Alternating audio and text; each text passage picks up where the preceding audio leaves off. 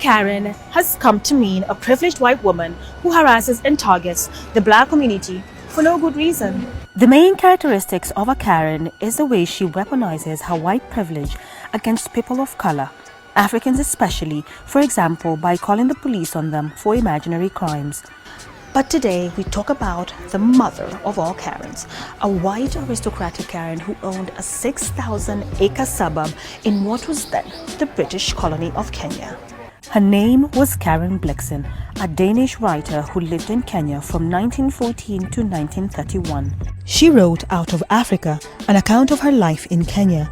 This book reinforces colonial prejudices against natives who need saving by superior Western civilization.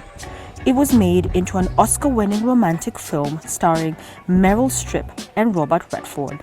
But there was nothing romantic about Kenya's colonial history that was reflected in her own legacy. For example, she fails to mention that before the British colonized Kenya, the 6,000-acre farm she called her own actually belonged to the Maasai and Kikuyu communities. She romanticizes about being surrounded by natives, 2,000 of whom lived and toiled on her farm.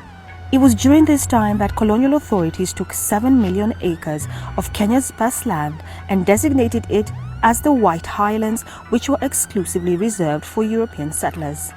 So Blixen's farm was modeled on the colonial project, which was based on racism and marginalization of African communities. Her legacy still lives on in modern Kenya. After gaining independence, city streets and residential areas changed their names, but not the area formerly belonging to Blixen, which retained the name Karen. Today, Karen is an exclusive residence for Europeans, white expatriates, and the super-rich Kenyan elite. Discrimination persists here. If you're an African of humble means, you are made to feel like you are not welcome here, judging by security guards and police patrols. In true colonial fashion, the nearby Kibera slum houses 250,000 poor Kenyans squeezed inside 633 acres. Many of them provide casual labor to wealthy residents of Karen.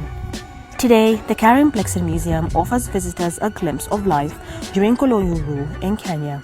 Beyond the romanticized tale of a woman who supposedly loved Africa, it reminds one of the systemic racial distinctions that persist to this day.